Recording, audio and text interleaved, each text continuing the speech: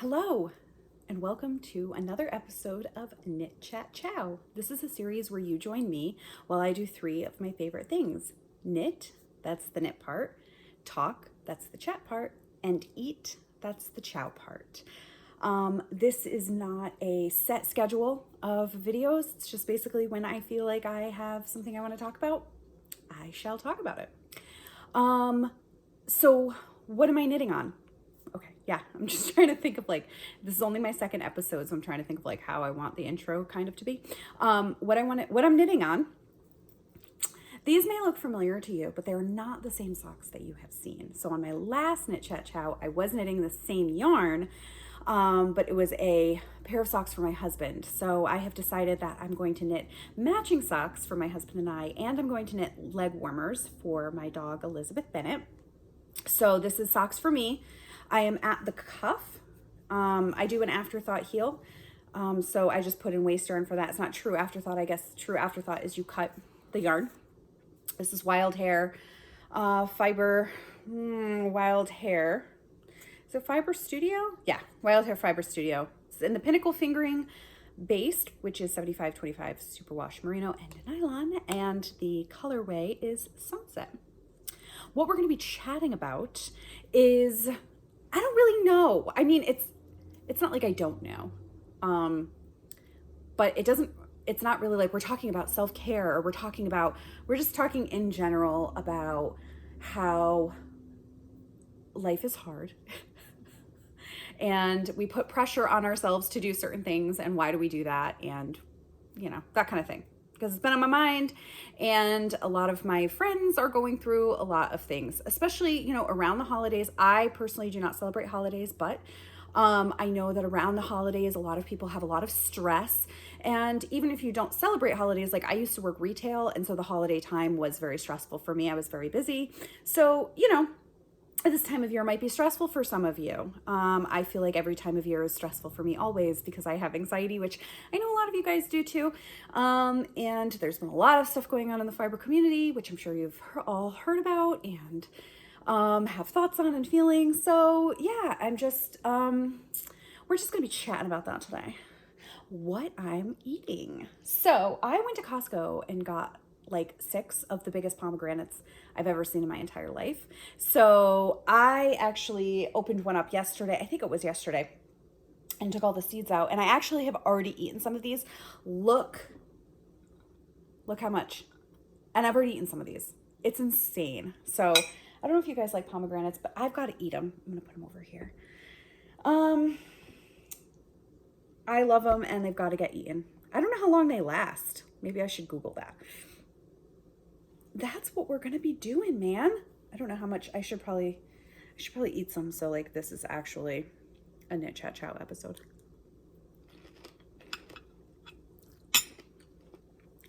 They're so good. I love them. Okay, kids, let's talk. It is hard being a person. And this is a saying that I say to myself. It came from a comedian. This is something that I say to myself like all the time, probably on a daily basis, whenever I am confronted with something that is challenging for me, whether it's, emotionally or just like life stuff, like the things that, I'm a business owner. And so sometimes there's like adult stuff you have to do. It is hard being a person. I've already messed up the ribbing on my socks. So I recently have had some friends, talk about, friends who do celebrate holidays, talk about how they have, these plans that are giving them anxiety. We are still in the middle of a pandemic. More and more people are getting vaccinated. Numbers are going up, numbers are going down. It can be very stressful. We have a new variant.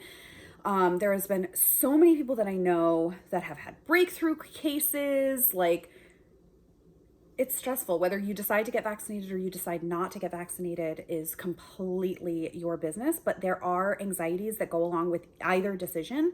Whether you feel like you don't want to get vaccinated and so many people are pressuring you to, or you feel like you are vaccinated and other people are telling you you shouldn't have been. that has its own added pressures. So many people have kids, and it's so hard to navigate what's going on in the world with kids today.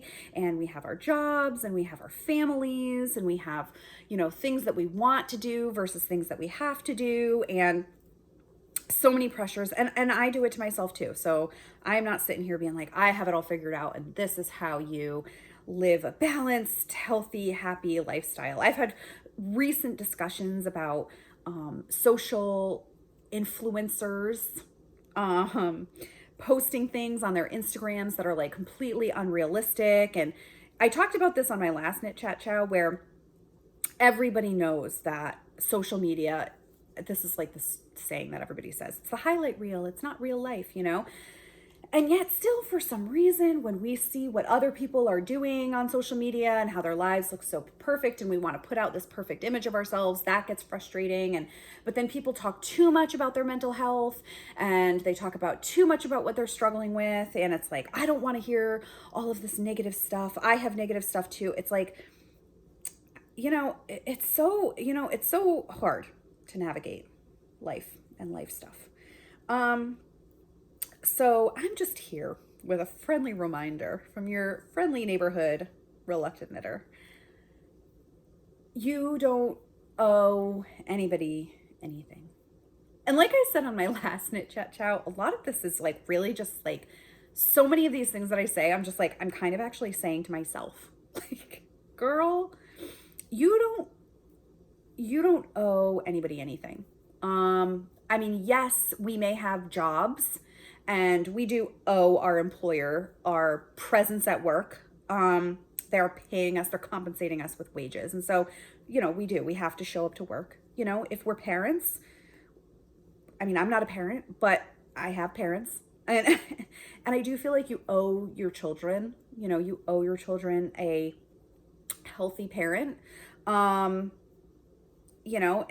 part of that is like taking care of yourself. Like, you shouldn't neglect taking care of yourself because you have a child who requires attention. You do owe your child, you do owe it that you take care of them physically, mentally, spiritually, emotionally, and that kind of thing. But you also have to take care of yourself to be able to take care of other people. So you owe you do owe your children, you owe your families, you do owe your spouses a certain amount of attention. And, so yes, technically speaking, we owe people things, and we owe ourselves things. We owe it to ourselves to be kind to ourselves, and we owe it to ourselves to take care of ourselves and be healthy people, whatever your healthy habits are. But really what happens is we are so used to owing ourselves and owing other people things that we then put unrealistic expectations on ourselves, or unrealistic debts, I guess, when you talk about owing, what you owe to each other.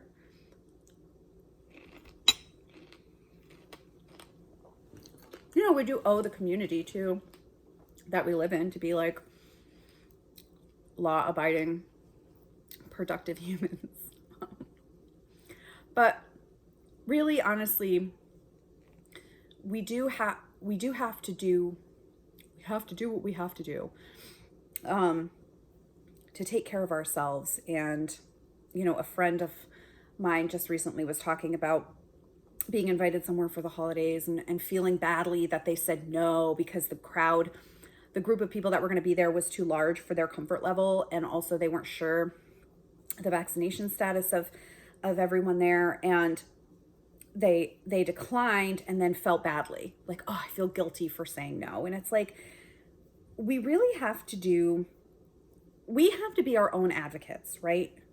Hopefully we have people in our lives, who love us and care about us, like significant others, and family members, if you have siblings or something that care about you, that will take, that do want to take care of you and want to help you through certain trials that you're going through. But really, honestly, we ourselves are our first line of defense, right? So we have to be our own advocates, whether it's our own advocates in health, or our own advocates in social situations, you know, no one else is going to speak up for us but us, right? So if you really feel uncomfortable doing something, you shouldn't have to do it. You know, don't force yourself to be the chipper, cheery holiday spirit of a person. If you feel uncomfortable, don't do it, and don't apologize to anybody. And I'm not saying like don't apologize and just do whatever you want and don't apologize. Like you can say like I'm really sorry. I know it's disappointing. I know it's very disappointing that I'm not going to attend. I'm disappointed too. In other situations, I would come. But right now, I don't feel comfortable. And I hope that soon we can get together and enjoy each other's company in a less stressful environment. And then own it and then be done with it and just keep doing that self-talk. I do a lot of self-talk, a lot. And like I said, I'm not sitting here being like, I've got it all figured out. You know, listen to me. I can help you. I don't know. Maybe I can't help you. I don't know your life, right? Nobody else knows your life but you. So what helps me is I do a lot of self-talk with myself, whether it's anxiety. I get a lot of anxiety about work because I work for myself. I have a client that I am responsible to because we have a signed contract stating that I would do a certain amount of work and he compensates me a certain amount of money. So I do have a responsibility to get things done. But because I work for myself and I'm my only employee, if I don't get it done, no one's doing it, right? So me sitting here talking to you right now, no one is working on the account that is my responsibility. Now I'm in a good spot and I've set myself up and I'm okay. I had the time to be able to do this, but you know, I'm a responsible employee or independent contractor. But I get very stressed out about work. And one of my things is I care very much about what people think of me. And something I'm very sensitive about is people thinking that I am a productive, responsible person, and that people think I'm competent. If something happens and I feel like I could come across as an incompetent person, I get very anxious about it. So sometimes there will be more work than others. Excuse me. And I get very stressed out about the work getting done. And if I don't get this done, then I'm going to look like I don't know what I'm doing and people are going to think I'm an idiot. And it's like, well, I think that's catastrophizing a little bit. That's probably not true. And things will get done. And it's very funny because I've never been like this. I never was like this as a kid. I was like a huge procrastinator. Like I waited to do homework till the last minute. I would be up at 3 a.m. the day that papers were due, writing a paper. Like I just was a huge procrastinator. Now in my adult life, I don't know if I like just care more about what people think about me or I'm more responsible to myself. Where it's like I've done like test knits before and the test knit, let's say the test knit has like a deadline of like the 31st of the month, right?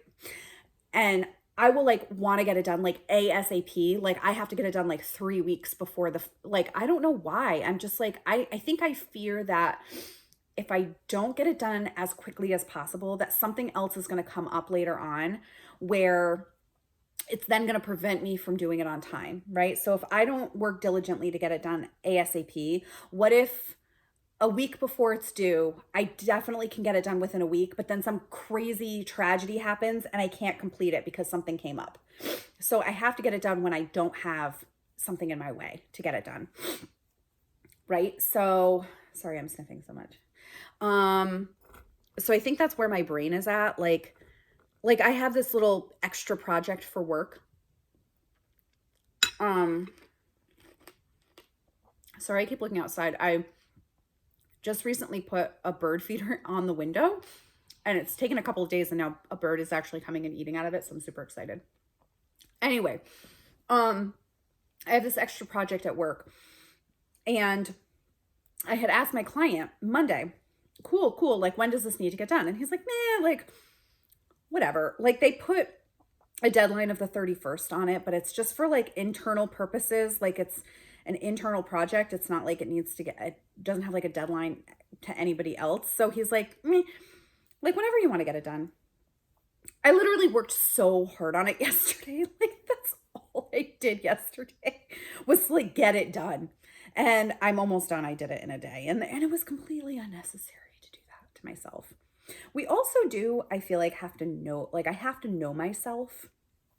And I know that if I put it off, I will be more stressed out than stressing out about the amount of work I'm doing on it now immediately. So I'd rather be less, I'm going to be stressed out either way, right? I'm going to have anxiety either way. So if I have less anxiety doing it now than I would if I pushed it off a little bit, then I'm just going to get it done now.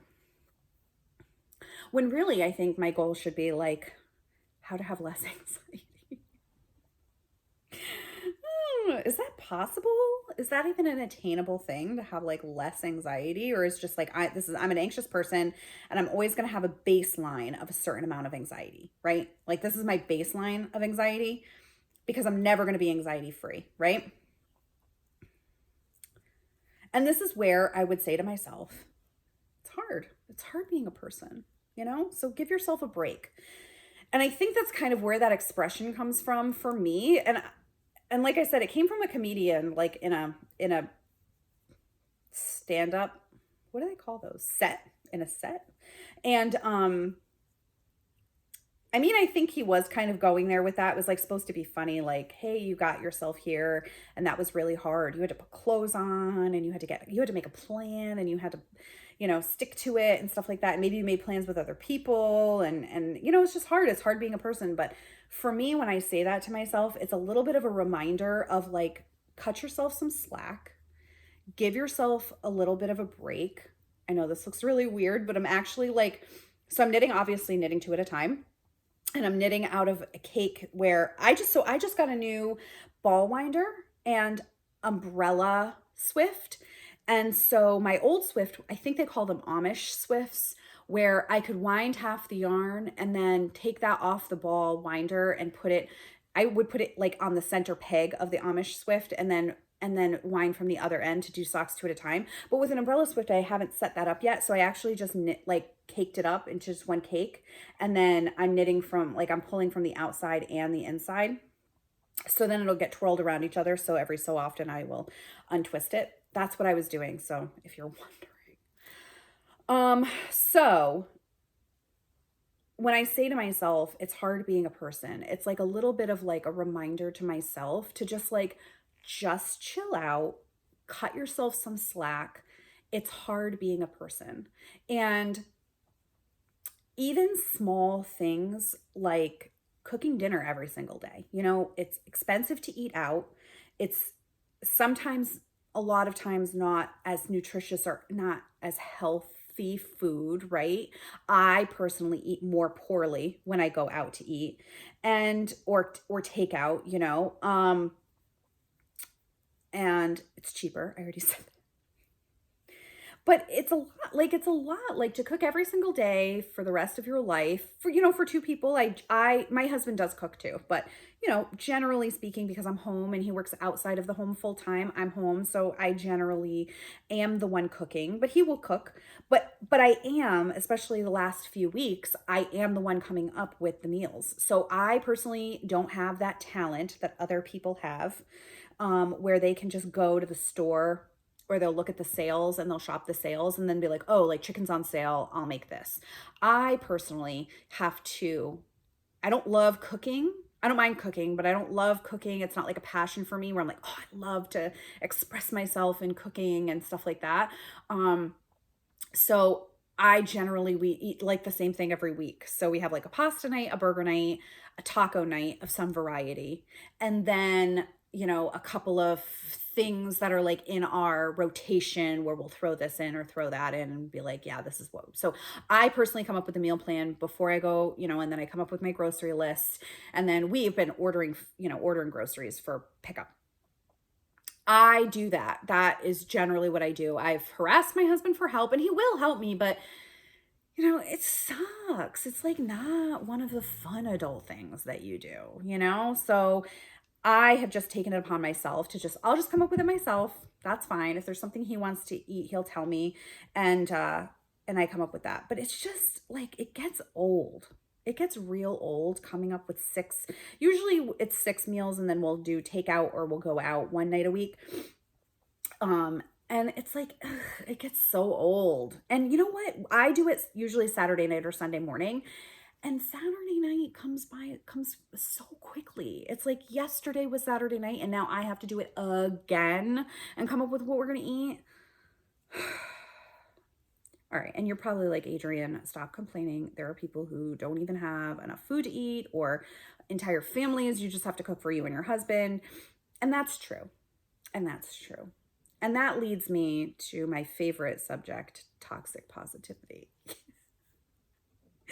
So, toxic positivity, as I understand it, is when you don't really give yourself or others space to have your feelings because you're too busy saying, look on the bright side, or keep your chin up, or pull yourself up by your bootstraps, or other people have it worse and you don't have it as bad. And I do think that there is room for that kind of talk. I do, because we don't want to wallow in our sad like, we don't really want to wallow. We do want to be productive. We want to find a measure of happiness in our lives. We want to continue on, and nobody wants to talk to people who are just complaining all the time.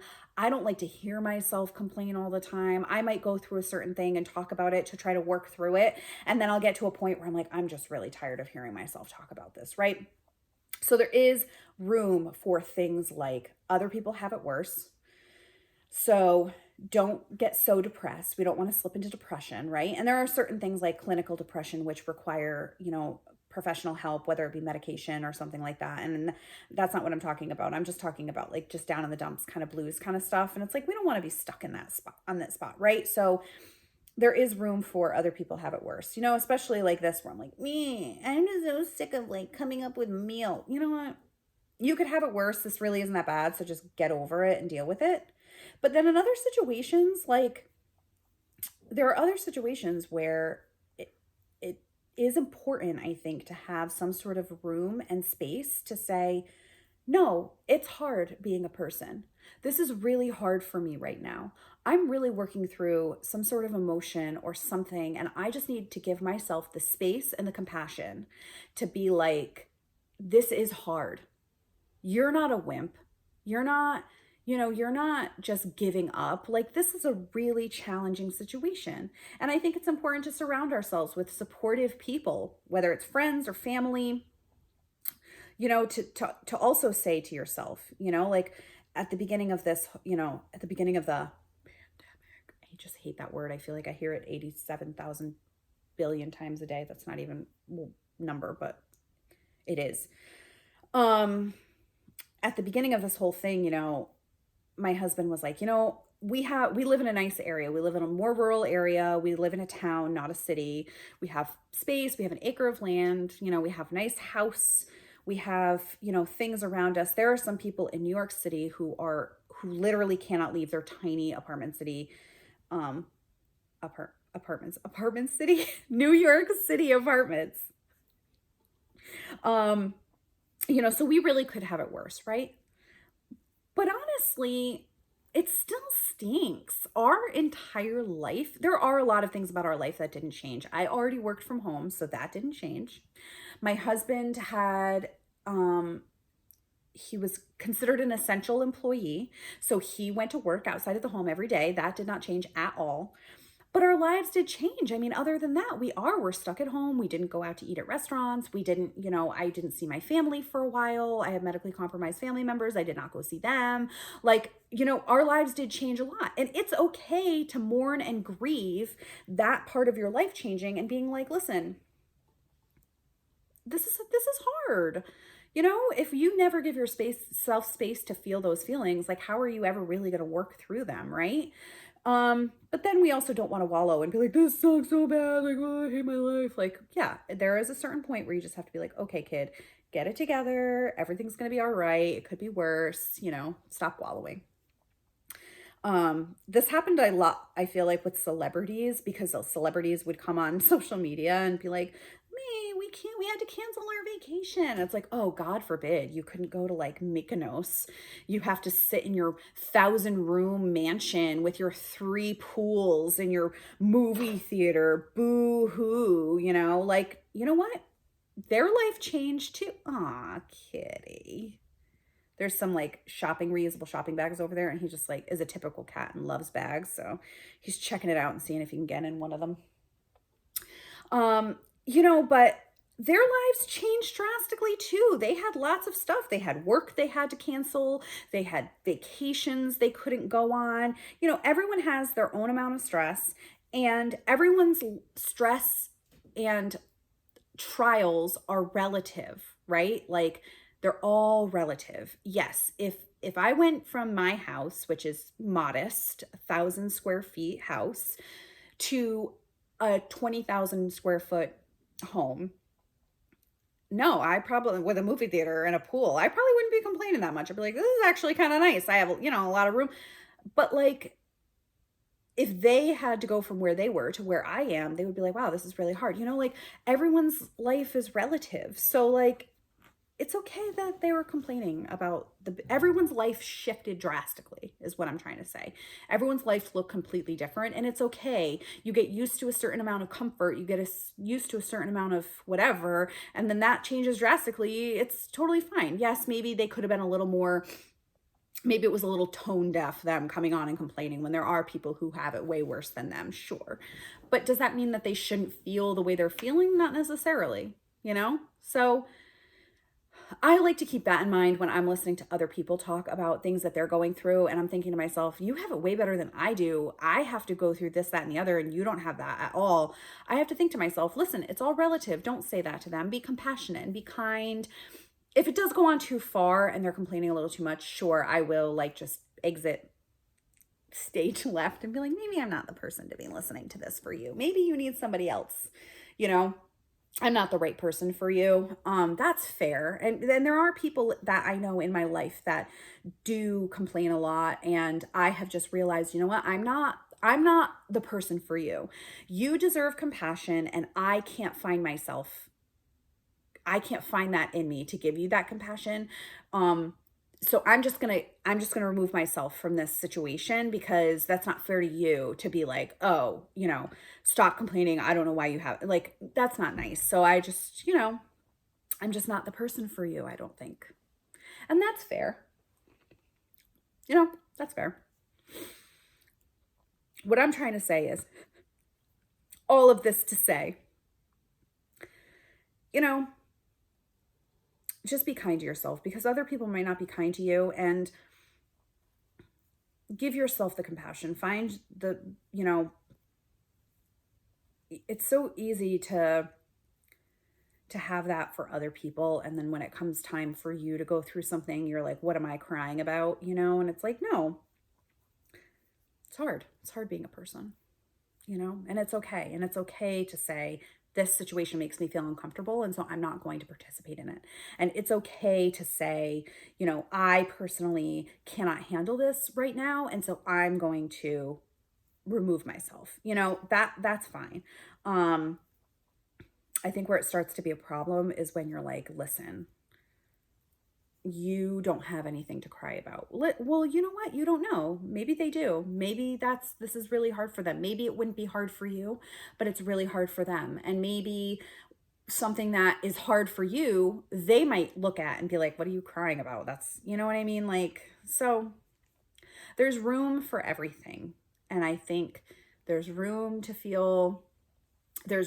say, buck up, cheer up, get on with your life. And there's room to say, no, I need to take some time to process this, and I need people around me who will match my energy. And if you're not the person to match my energy, that's completely fair. Please remove yourself from my presence. And make room for people who can match my energy, because that's what I need right now. That's it. That might be all. That might be all I have to say. All of that to say, and it's only been 30 minutes. That's not too bad, right? Listen, guys, the sun will come out. Life will go on. It's all right. Everything will be fine. I'm just telling myself that everything's going to be fine, Adrienne.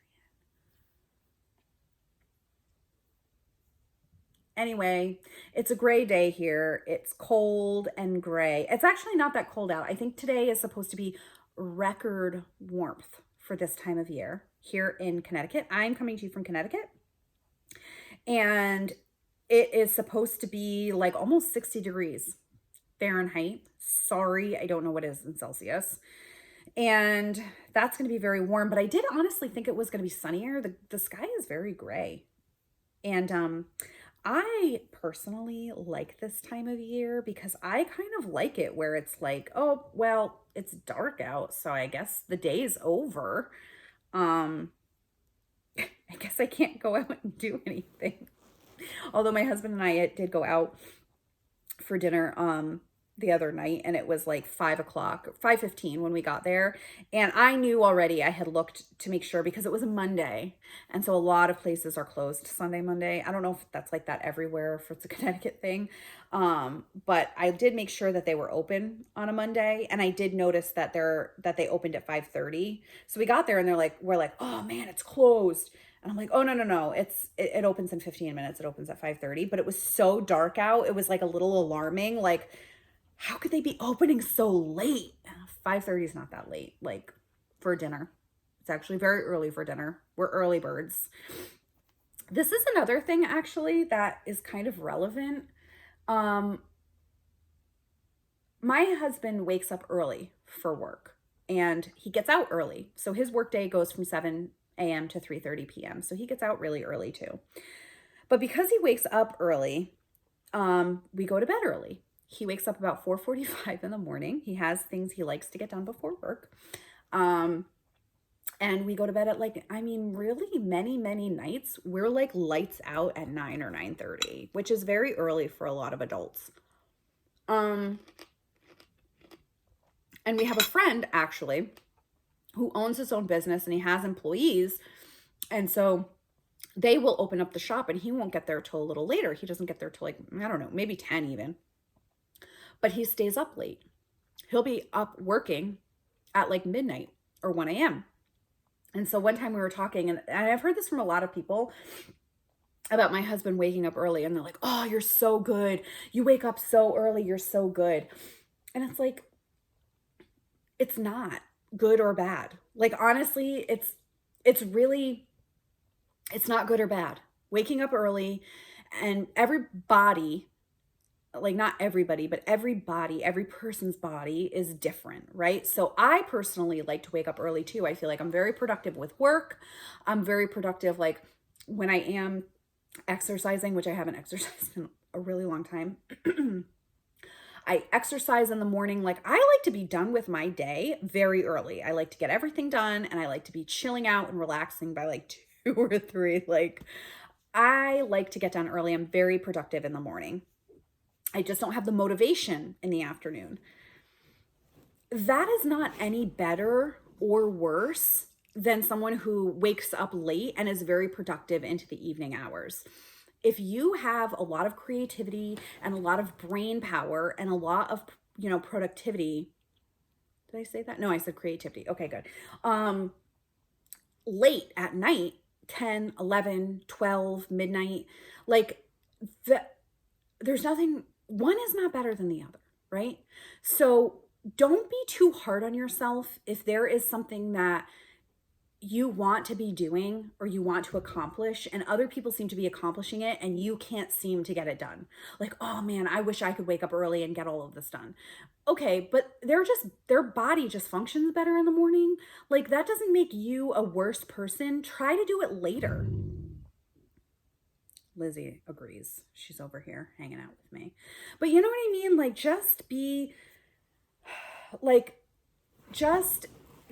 try to do it at another time. Just because this person wakes up at 5 a.m. and goes to the gym does not mean that they're a better person because you can't get up at 5 o'clock and go to the gym. Try going to the gym maybe a little later. Try doing a different kind of exercise. Some people love running and you're like, oh, you're a better person than me because you run. Maybe running isn't your type of activity. Don't get down on yourself because other people do things differently than you do. Just try something different. Like, you don't like to read? not one person isn't better than the other because they read more books. They're not smarter or more intelligent or anything like that. Try listening to an audiobook. Maybe reading isn't your thing. Maybe puzzles are your thing, and that person who reads can't solve a puzzle to save their life. You stop comparing yourselves to other people. And like that's another thing too, is like there's so many people out there who are like, do this, do that, eat this way, don't eat that way. Like, listen, I personally, protein only does not fill me up. This is just like a little side tangent. Protein only doesn't fill me up. I'm not a worse person because carbs or fiber makes me feel fuller longer, and protein makes them feel fuller longer. Like, I'm not better or worse because I look different than you or I eat differently than you. Like, just know your own self and just do your own thing. Like, you're not better than someone else because you wake up early, or and you're not worse than someone else because you go to bed late. Like, just you do you, boo boo. Like, you know, I and people do that all the time. Like it's even like with knitting, like non-knitters will sometimes say to me like, "Oh, you're so good. I could never do something like that. Like I stink." No, you don't stink. It's just a thing that I like to do and it makes sense to me and I like it. Like I know someone who, is she left-handed? I don't even know if she's left-handed, but she's like, "Oh, I couldn't figure it out. Like I couldn't do it. I can't count," or something like that. And I'm like, "So find another hobby that you're good at." I mean, I think this chick puts together like 87,000 puzzles a year. Like she's just like, and I bought a puzzle with Sean and we tried to do it together and it sat on the table half done for like months. Like it's just not your thing. It's okay.